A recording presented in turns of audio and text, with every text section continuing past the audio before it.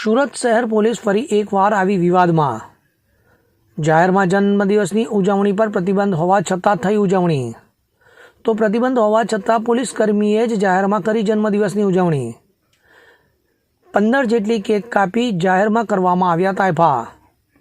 તો પોલીસકર્મી હરપાલસિંહ નામનાએ જાહેરમાં જન્મદિવસની કરી ઉજવણી।